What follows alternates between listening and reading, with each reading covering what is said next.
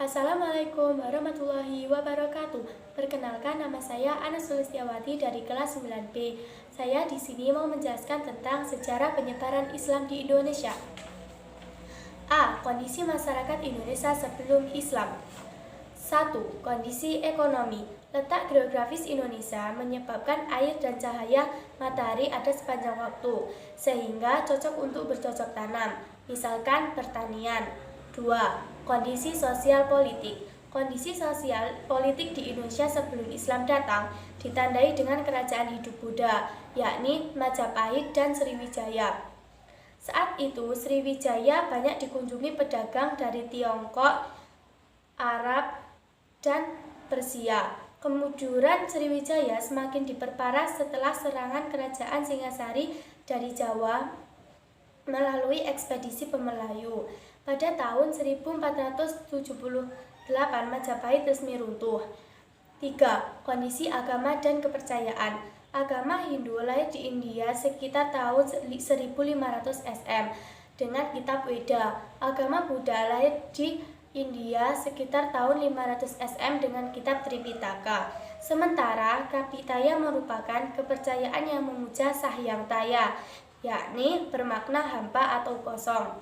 Adapun para orientalis mengklasifikasi kepercayaan nenek moyang di Indonesia menjadi dua, animisme dan dinamisme. Animisme mempercayai bahwa setiap benda di bumi seperti pohon dan batu besar memiliki roh atau jiwa, dapat menjaga dan membantu kehidupan sehari-hari.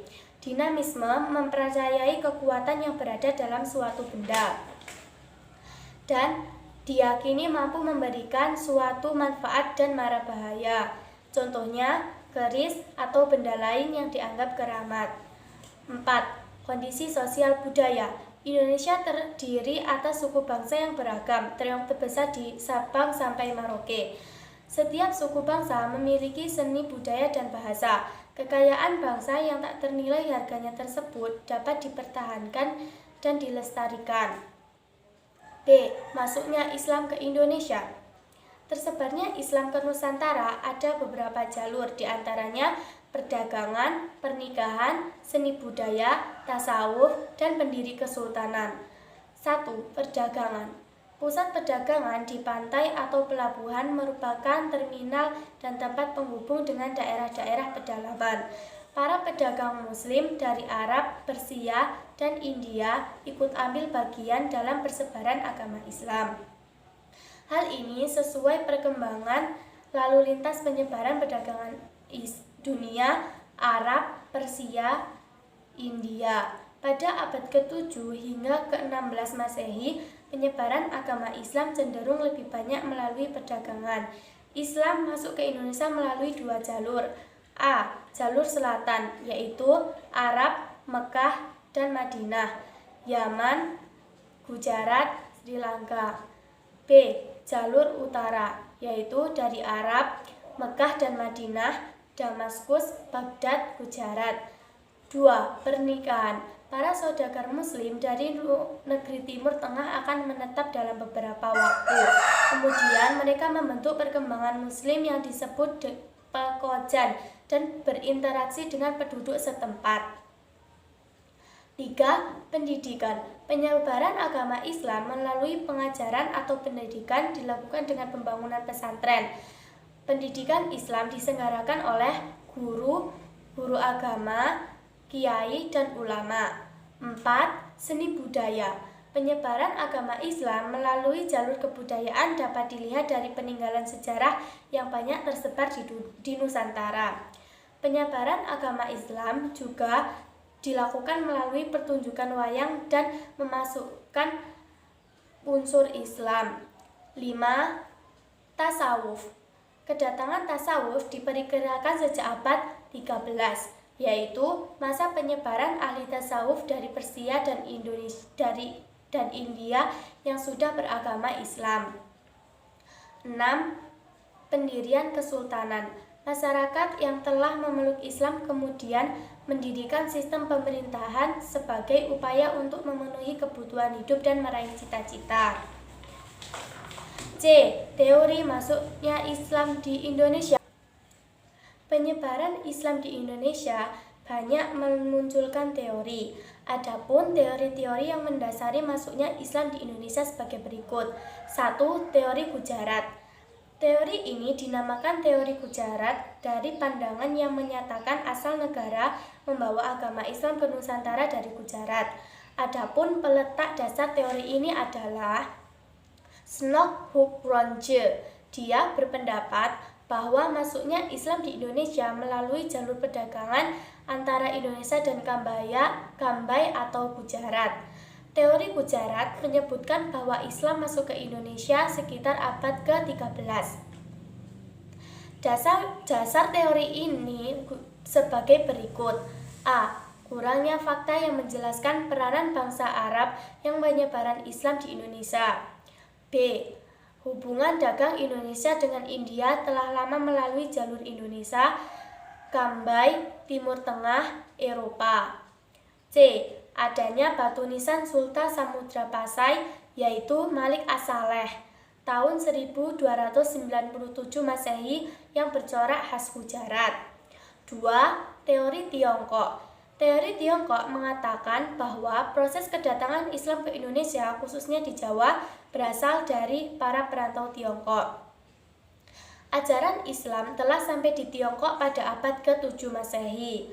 Bahkan, menurut sejumlah sumber lokal tersebut ditulis bahwa Raja Islam pertama di Jawa yakni Raden Patah dari Demak merupakan keturunan Tiongkok. 3. Teori Persia. Teori Persia di Indonesia adalah P.A. Husain Dajjadiningrat. Fokus pandangan teori ini tentang masuknya agama Islam. Teori Persia lebih menitibaratkan tinjauannya kepada kebudayaan yang hidup di kalangan masyarakat Indonesia yang dirasakan mempunyai persamaan dengan Persia. 4. Teori Mekah. Teori Mekah didukung oleh Dr. Hamka, Van Leur, dan T.W. Arnold. Mereka menyatakan bahwa Islam mulai masuk ke Indonesia jauh sebelum abad ke-13, karena pada abad tersebut sudah berdiri kekuasaan politik Islam. Teori ini didukung oleh orang-orang yang berperan besar dalam penyebaran dakwah agama Islam pada masa tersebut, yaitu dari kalangan bangsa Arab sendiri. Dasar teori Mekah sebagai berikut. A. Pada abad ke-7, yaitu tahun 674, di pantai barat Sumatera sudah terdapat perkampungan Islam Arab dengan pertimbangan bahwa pedagang Arab sudah mendirikan perkampungan di kanton sejak abad ke-4. B. Kerajaan Samudra Pasai menganut aliran mazhab Syafi'i. Pengaruh mazhab Syafi'i terbesar pada waktu itu adalah Mesir dan Mekah. C. Raja-raja Samudra Pasai menggunakan gelar Al-Malik, yaitu sebuah gelar yang berasal dari Mesir. D. Corak keislaman di Indonesia. 1. Pendidikan. Islamisasi juga dilakukan melalui pendidikan, baik pesantren maupun pondok yang diselenggarakan oleh guru-guru agama, kiai-kiai, dan ulama-ulama. Corak pendidikan Islam di Indonesia mempengaruhi salah satu jalur masuknya Indonesia, yakni perdagangan. Mulanya, mereka mendirikan perkampungan Islam di sekitar kota pelabuhan, tempat transit kapal dagang sebagai pusat dakwah Islam. 2. Perekonomian. Dari sudut ekonomi, para pedagang muslim memiliki status sosial yang lebih baik daripada kebanyakan pribumi, sehingga penduduk pribumi, terutama putri-putri bangsawan, tertarik untuk menjadi istri saudagar-saudagar itu. Bidang perekonomian mendapatkan pengaruh corak keislaman. Sejarah mencatat banyak tokoh muslim Indonesia yang sukses dalam bidang ekonomi. Contohnya Kiai Haji Saman Hudi, pedagang batik yang lahir di Laweyan, Surakarta pada tahun 1905. 3. Seni dan budaya. Nilai-nilai keislaman memengaruhi seni dan budaya di Indonesia. Adapun budaya dapat dikaitkan dengan budi pekerti dan hasil pemikiran. Dengan demikian, dapat disimpulkan bahwa kesenian termasuk unsur kebudayaan. 4.